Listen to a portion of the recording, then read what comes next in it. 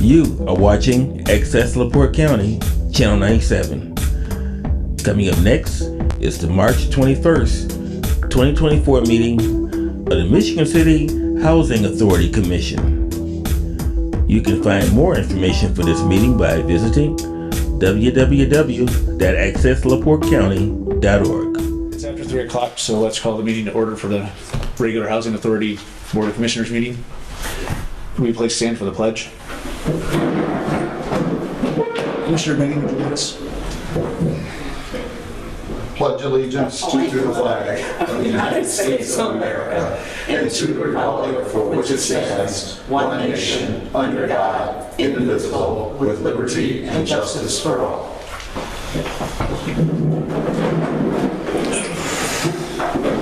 Good afternoon, everybody.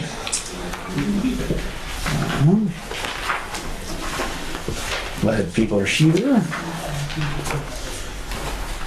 Attorney Riggs, could you do a roll call for us, please? Absolutely. Commissioner Vincent? Present. Commissioner Benning? Present. Commissioner Reyna? Present. And Chairman Mullen.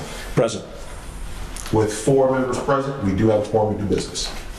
Excellent.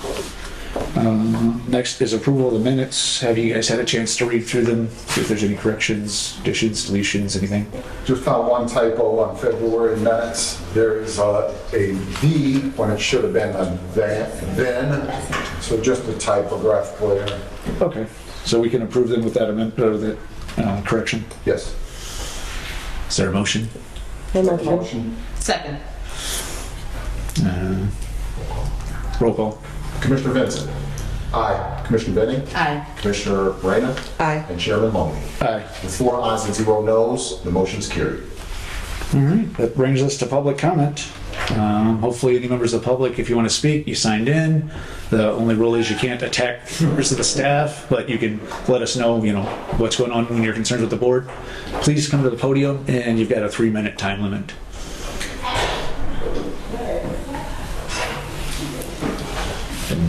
Should grab the list. I'm here. Sorry, could you state your name? George. Where's it at? Is it up here? The list, yeah. I did sign it. Yeah, Yeah. sorry. What's the name again? George Ladon. Okay.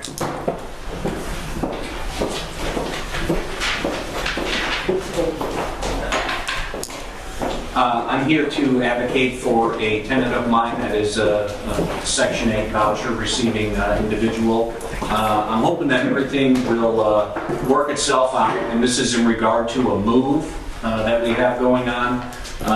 I turned in the paperwork with the tenant, Ms. Mintz, on the 29th of February, 30-day notice to move, and filled out several pages of paperwork, submitted them to the receptionist, and then I followed up again and hadn't heard anything. And just recently I found out that we have a Monday meeting with the tenant in order to fill out additional paperwork. The problem is that at that time I was told it might not be done by the 1st. Okay? It needs to be done by the 1st because the location where she's at, I'm selling that building.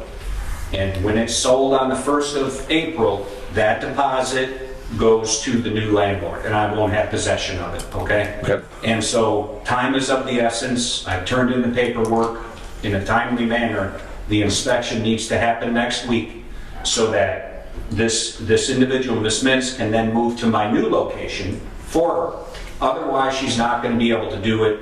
The landlord is new to this, she won't be able to do anything with her deposit, and she won't be able to then move into my unit. So I'm hoping you could discuss this with Lucy and Angela here afterwards, that next week that inspection takes place so that we can move forward with this tenant to move. And I also might add, my father started working with the Housing Authority since 1987, and I've done it since 91. So I'm very familiar with the program, and I'd like to see it continue. But when these situations happen, people need to, step up and make sure that the people that you're serving are not left out. Right. Okay? Thank you for bringing that to our attention. Okay? All right. Thank you very much. Thank you. Next, I've got Keisha.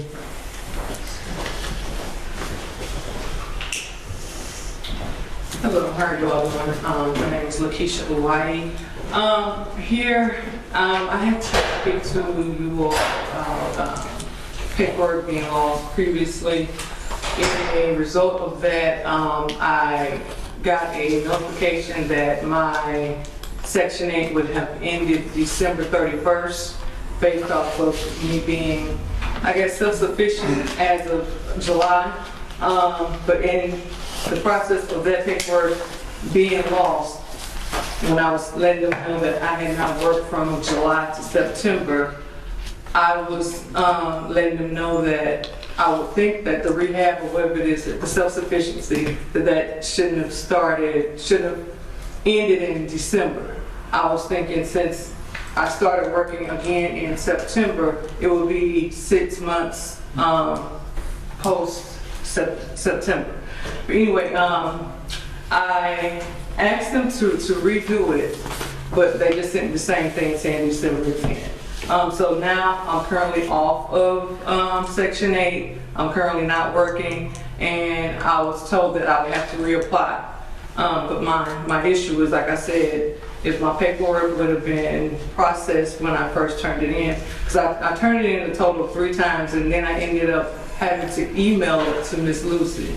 So I'm not sure what happened to it, but they saw my name on the login book and everything, so I'm not sure what was going on with that. But my issue is I would like to be reinstated with Section 8 because due to paperwork being mishandled in the front office is the result of me being off of Section 8 now.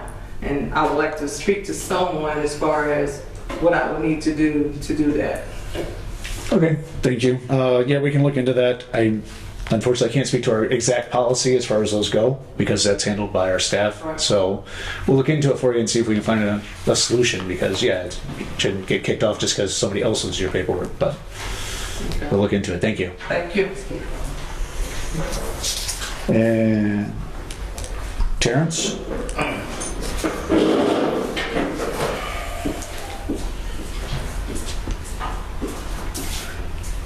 Hello, my name is Terrence Catchings, and I got a couple of issues. I applied for housing down here in 2016.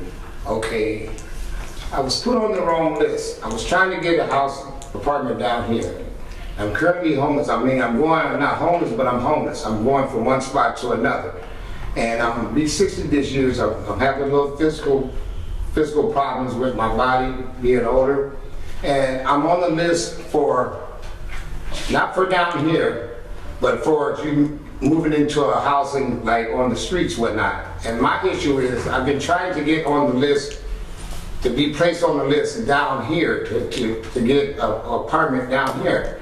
And for some reason, I've been turned around, and I haven't been able to solve this problem. But I got in contact with someone, I can't remember what her name was, last month.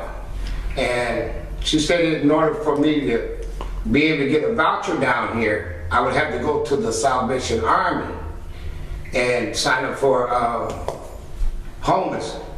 And that's kind of being inconvenient because I'm somebody's caregiver that I'm not really want to be there because of a lot of issues that goes on along there. Mm-hmm. And I was just wondering, what can I do to be able to try to get my name on the list for down here to be able to get an apartment down here? Well, currently, I know our waiting list is closed, and I know you've been on the list for 2016, the wrong list. I don't think anybody in this room was here in 2016 except for you when you're signing on.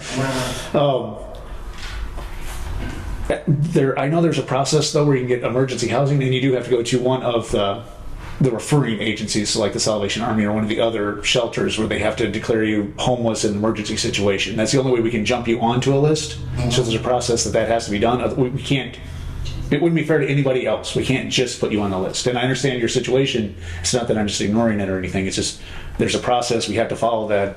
Well, why is it a problem? That's my question is, I'm on the other list. There's no way I can just transfer because I didn't do the application until right. Now deceased did application. He signed me up for the wrong thing, so that's where I'm at, Right, and that just kind of puts us in a bind, like I said, because we can't we can't do that. It's not allowed by law. So what you suggest to me is what? I have It's to doing go down the to emergency office? voucher system is the only way we can get you moved, because it does sound like you're in an emergency situation. Yes, But I you am. have to follow that process. Okay, all right, thank you. Anybody else for public comment that didn't sign in yet? Anybody else for public comment? All right, let's move on to the next thing.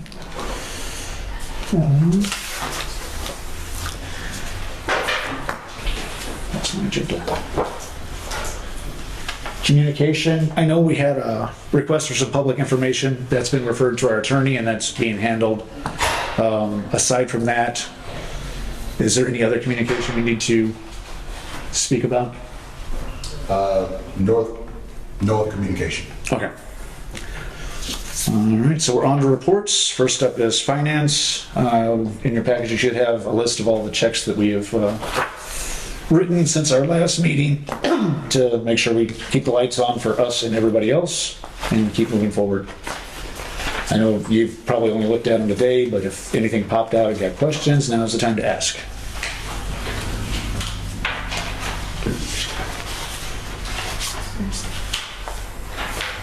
If there aren't any questions, I'll accept a motion to approve the expenses.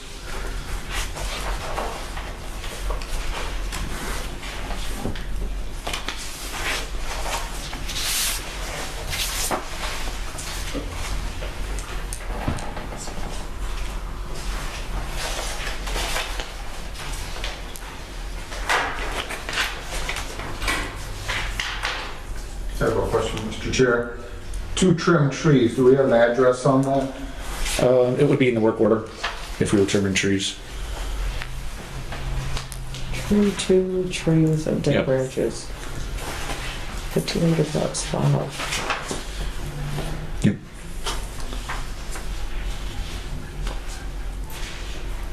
The 2 trees were in Salem. They had, one had fell, like a branch had fell while we were in Muncie for our conference, and it was like an emergency situation. Was that, John's Tree Service came out do you remember where the tree was? on Salem. One of the vacant units on Salem, and it actually fell into a private homeowner's yard. So we had to get that done, but we're just now paying them. That was done in June of last year. Thank you. You're welcome.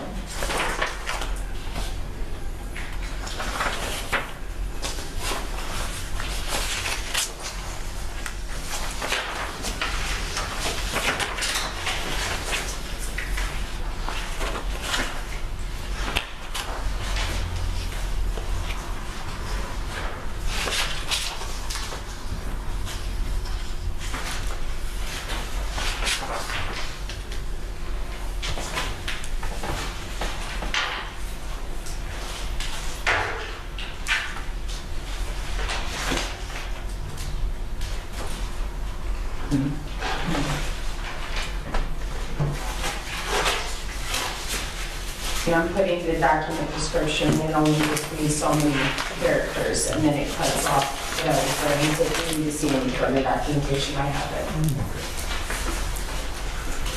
So that's pretty good. Oh, Take it to me. Why is that different? there were 3 nominating committee meetings. Gotcha, okay. I was like, wait a minute.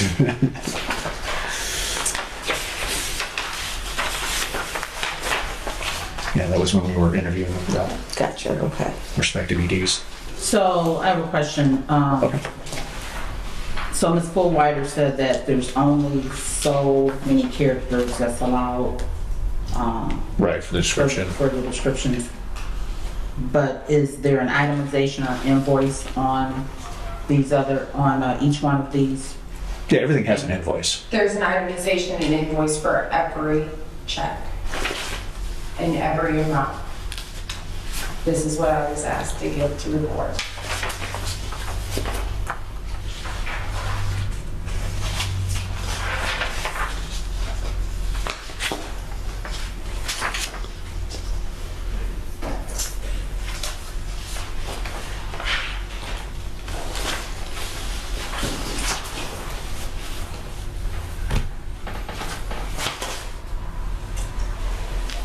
I'll make a motion to approve it. Is there a second? I'll second. Can we get a roll call for the vote, please? Commissioner Benson. Aye. Commissioner Benny. Aye. Commissioner Rand. Aye. And Chairman Loney.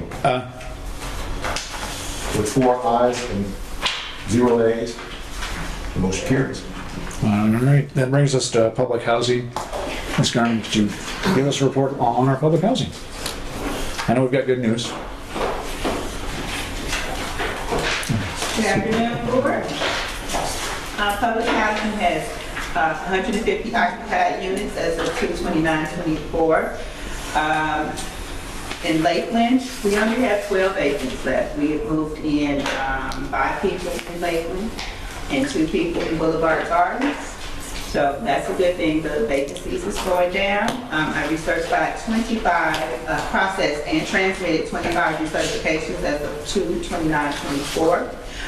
The waiting list update is any applicant that I processed, I have sent a letter to them for unit selection. If they did not accept the unit, they went back on the list and I went to the next person on the waiting list to offer a unit. Again, we had 7 new move-ins, 2 move-outs effective 2/29. Our vacancy rate is still at 97%. We have housed 74 ADA tenants, and I've taken 0 tenants to court as of 2/29. However, there were files being prepared for March. And 0 of our tenants have received rental assistance as of February 29th.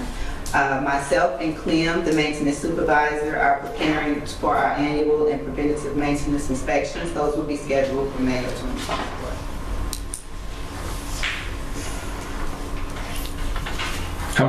Sorry. Go So ahead. out at Lakeland, there's only 12, there's 12 vacant units. Yes.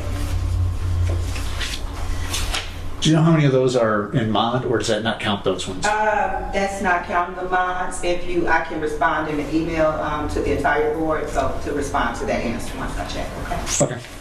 And then there's only 1 unit left to be renovated out at Lakeland? Are they It's all? actually done. We just need to, we're waiting on the glass because the glass company is about 2 weeks behind. And once he put the glass, the windows in, then it's ready to roll. And we have a deposit already on that. Any other questions? Thank you, Ms. Garman. Next up is housing choice vouchers.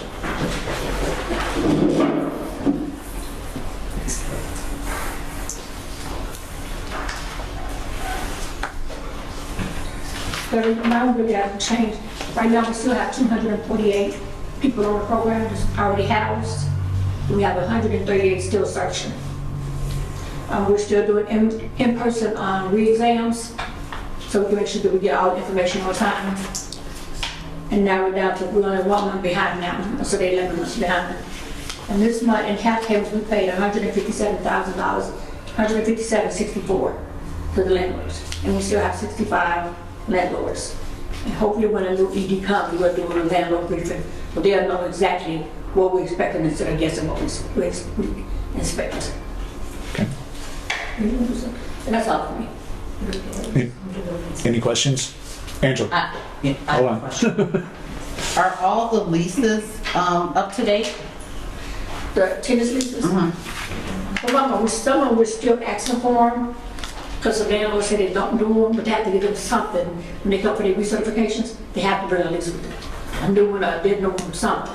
Because like, we're finding out that some of the leases are old, they might live there 5 years, and they still using that same lease. No, so when they come for their recertification, they need to bring a new lease with them. They bring a lease or Housing Authority provides a lease? No, we do a contract, they have to bring their own lease. Well, that's what I'm asking, sorry, contract. Our contract is, up to date. As long as the recertifications are up to date, the contracts are up to date. Okay, and they'll bring a lease from them, between them and the landlord? Yeah, so we can compare to make sure everything says the same. Okay. Any other questions? Thank you. And maintenance, Clem is out here. We had an emergency out in Lakeland with the car that's ran into a shed on the tower, so he had to go back out there to take care of that. He just said that he is working in baking units right now, and me and him are playing catch up on work orders that were old and should have been done. So we are sitting down and executing on. So he just told me to let everybody know that. Thank you. Attorney's report. Thank you, Mr. Chair. The agency has sent 2 evictions over to our office to go ahead and get processed. We have filed those with the Report Superior Court. We understand that there are going to be more on the way, and we will be following those as soon as we get them. As the chair has previously stated, there was a public records request that came in. It was forwarded to our office. We did send out a response to that public records request. Also, former Commissioner McCormick has tendered his resignation, and as it's tendered to the agency, it is a public document. It is available for any person who wants it via public records request. Thank you. There was a question today. There was a question today about our collections practice. How active are we in pursuing past due rents? Like not even ones that have moved out. Like okay, they're not in our housing anymore, but they still have a substantial outstanding balance. How are we pursuing those in collections? Our office has not gotten any of those. It's really up to the authority to determine that policy of how they wish to do that. Authorities can do it different ways. Generally, the best thing to do is to try and get that while the person is still a tenant, because once the person moves on, then you have what are known as service issues. You have to be able to serve the person and let them know that the court case is going against them. Right. And if they've moved on and there's a forwarding address or it's been a number of years, that gets a bit difficult. And so the authorities can make the choice that it's not worth it financially, just to put the outstanding amount in the PIC system, but it's ultimately up to the authority how they want it done. If the authority wants to forward those to our office to file suits or attempt collection, we're more than willing to do that. Okay. Anybody else have questions for the attorney? All right, that brings us to new business. As you're aware, we did have the Indianapolis field office from Housing and Urban Development in here pretty much all week, from Monday till they just left, just before this meeting almost. Like we went to lunch and now we're having a meeting. They found a number of discrepancies, and we knew they would, because we know this agency's in trouble. We know that, well, not trouble status, but we've got problems and we're trying to work on fixing them. They will give us essentially a to-do list, action items that we need to start completing. Number of items they said, they were all over the place, but one of the things they hammered a lot were our policies and procedures. So we're gonna have to really look at like our ACOP, our admin plan, even our internal, how do we handle wait lists? How do we handle collections? How do we handle complaints? Everything, there's things we do, but it's not written down. And things that are written down isn't the way we're doing them. So they really found issue with that. And it's going to be up to us as a board, because we're going to have to work on amending our policies and working with the new executive director to make sure that A, we have a policy in place, and B, everybody knows what it is, so that it's handled the same way every time. Then we don't have people saying, well, this time it was like that, and that time it was like this. It's not going to be dependent on the person, it's dependent on what's written down, and that's just the way we do it every time. So that's going to take time and work, and we're just going to have to get through that. There were some other issues. We will get a response. I think they said in about 2 weeks, we'll get a written, here's what we found, and then we'll have 45 days to come up with how we're going to fix it. And some of it will be fixed, within the next couple of weeks, even when we get that says, hey, you need to fix this. There's like documents missing, things like that we just weren't aware of, or they were signed in 1987 and we can't find them. So that's kind of how our HUD visit went. They didn't stress anything in particular that was negative, but just overall, there's a lot of room for improvement, which we know, and I think it's good that they came in so that we can start working on that. Do you guys have any questions about the visit? Like I said, we're going to get a more detailed report. That's what I was going to ask. Before our next meeting. We're going to get the report. Yeah. Because we know that we have things that we can do within our realm as commissioners, but we're not the staff, we're not the ED, and we can't interfere with the day-to-day. Yeah, they understand that. With that being said, I would just like to know the time frame. So they're going to get that, you said, shortly, and then do you think it'll be in line with the time that the new ED will be coming in? I'm thinking that it will arrive after. our new executive director. Might be, the same day, but I know it's going to be coming soon, but it's all be typed up and official looking, She'll so. be able to hit the ground running with it. Yep. She'll know exactly what we have to fix, and then we have to help her figure out how to fix them. And that's not so much involved in the day-to-day, but like I said, she can craft the policy, but we still have to approve it. We still have to go through resolutions and the process of. So, and some of that, like I said, when they didn't spare the board, we need to be doing a better job of doing what we're supposed to be doing. Like, we adopt a policy, but to start amending something, but we didn't follow through with it, or we missed the boat altogether. So we've got a lot of blanks that we need to start filling in with specifics, because again, we need to have it in writing so that everybody knows, from whoever just walked in the street to whoever's been on the staff for 20 years, this is how we do it, this is how we're always going to do it, and that's what we need to work on. Any other questions? And we did touch on, we have a new executive director. We had our special meeting last week. We approved the contract, and Miss Tiffany Dixon will be starting on April 1st. And she's got a really good background in housing, and we're hoping that she's going to do a good job. She sees a lot of opportunities here, just like we do. A number of challenges, of course, but they go hand in hand. Where there's room for improvement, let's improve it the right way. You tear it down and build it right back up so that it's the way it's supposed to be, a strong foundation. And I think that's how we need to approach that. And again, we're going to have to work with her, but she's got to do the bulk of the work, which she knows, and again, she's looking forward to, as far as I know. Any questions about that? All right. We do have a new ED coming in, and one of the perks of the office is there's a company-owned vehicle. It's the agency-owned vehicle. We need to get that cleaned up, gassed up, and ready for her to use, because it's pretty much just been, it hasn't been used much during the winter, so it just needs to be cleaned up. So I want to make sure I got the board's approval before I spend a couple $100s to do that. If I could get a motion to approve detailing. Who are we looking to have that do that? I didn't have a specific name. Mr. Chair, if I might be able to make a suggestion. Okay. If, I just think we need to do it. Once the ED comes aboard, that's beneath the micro purchase threshold, so it would need more approval. She can just, on her first day, have it done. And we can have an appointment scheduled for that day. So that way when she gets here, it just has to be taken right on over and she'll have it the same day. Okay. All right, that brings us to the next thing, lucrative boards. Now this is more informational and educational, because there have been questions about what you can and can't do and what is a lucrative board. So I found... Point of order. I don't feel like this is in the realm of what we need to be discussing for this board right now.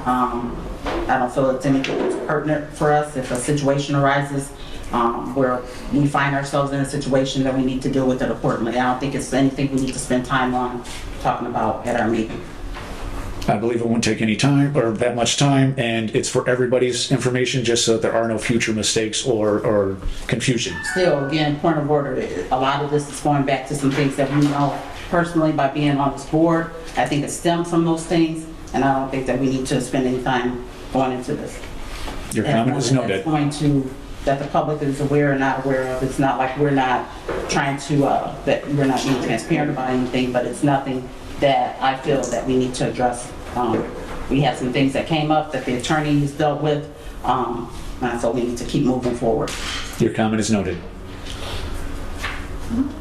If you look at the, from the Attorney General, it's their guide to... Commissioner Bennett. What is the purpose of this, Mr. For education and clarification. Based on what?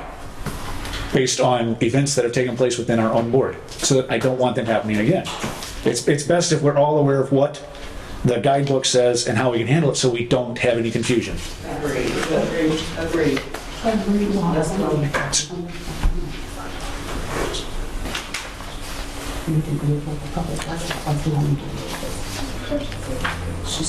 Again, we do have a dual office holding guide that's been prepared by the Attorney General, and it goes in pretty good detail about what is and isn't a lucrative office, and it's not dependent upon how much you make or if you make. You can even say, no, I don't want the check. It's still considered a lucrative office if we're compensated for our time, which as members of this board, we know we are. We get a per diem. And there's a 4-part test, and there isn't like an exhaustive list. These are, these aren't, because things are changing in policy, things are changing in government all the time because that's how things are. Politicians like to change things to suit their needs, but in our own state constitution, which hasn't been changed, you can't hold 2 lucrative offices at the same time. And in order to understand if a position is lucrative, if you look at page 4, it says, when there's attached compensation for services rendered, the office is considered lucrative. Compensation may be in the form of a salary or a per diem payment, and a per diem is not a fee, salary, or wages. It's compensation for service given to government for a day or part of a day, even if the officer chooses not to accept compensation, so long as he or she is entitled to the pay affixed to the performance of the office's duties. So I think we can all agree we get a per diem. We are compensated for our time on the board. So that makes us a lucrative board. Then if you look at... Excuse me, Chair. Where specifically in here does it say Housing Authority Commissioner? I see where it says Housing Authority Executive Director is not lucrative. There is not an exhaustive list. There's a 4-part test. And one of the first questions of that test is the position in question lucrative? It's on page 4. I just read that, and I'll read it again. An office is considered lucrative when there's attached compensation for services rendered. Lucrativeness does not depend on the amount of compensation affixed to the office. Compensation may be in the form of a salary or maybe a per diem payment. A per diem is not a fee, salary, or wages. It is compensation for a service given to the government for a day or part of a day, even if the officer chooses not to accept compensation.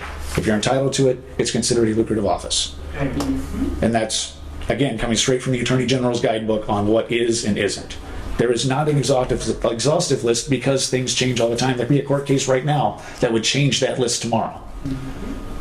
Just for the record, it says an office, and it also says further up in here, they're talking about employee. Commissioners are not office holders. We're appointed by the mayor, and commissioners are not employees. Does the position constitute an office or employment? That's on page 4 again.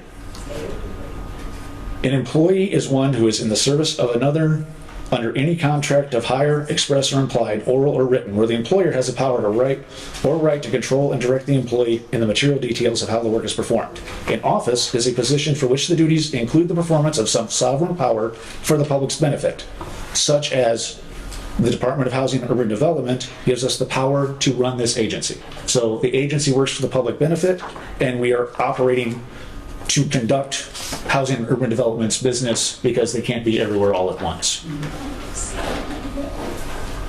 That's what makes us officers. An officer is also distinguished by his or her power of supervision and control and liability as public defender in cases of malfeasance in office. We all know that we can go to jail if we do things wrong. We are held liable for our actions on this board. My interpretation is different, but go ahead. Okay. And on page 6, it says, a lucrative office holder who accepts a second lucrative office thereby surrenders or vacates the first office. So there is no removal. No one has been removed from this board. A lucrative office holder who accepts a second office surrenders or vacates the first office. So it's just a matter of law, and it just happens. It has nothing to do with any personal feelings on the board or anybody else's actions. That's just what happens when you accept the second office. And I just felt it was important to bring this to the board's attention so that there's no more confusion as far as for what is and isn't a lucrative office. Our attorney has also provided guidance that we are a lucrative office and we need to behave accordingly. Even if we disagree whether or not we are, the law will still consider us in that fashion. Or at least that's the guidance as I understand it. Correct, Mr. Reggs? That is the guidance, yes. Okay.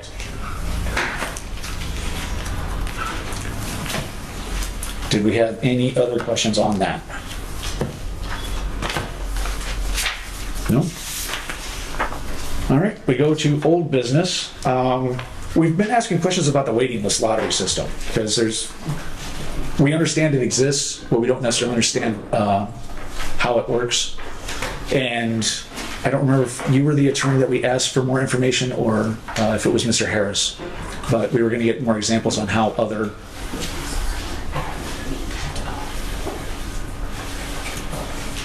Mr. Chair, we no longer have a quorum to conduct public business. I understand, so Move we adjourn. you can get a second. Second. Moved and vote. Do we need to vote for that? All in favor? No quorum Okay. to vote. Okay, yeah, that makes sense. Okay. Thank you for your time, guys. Wow.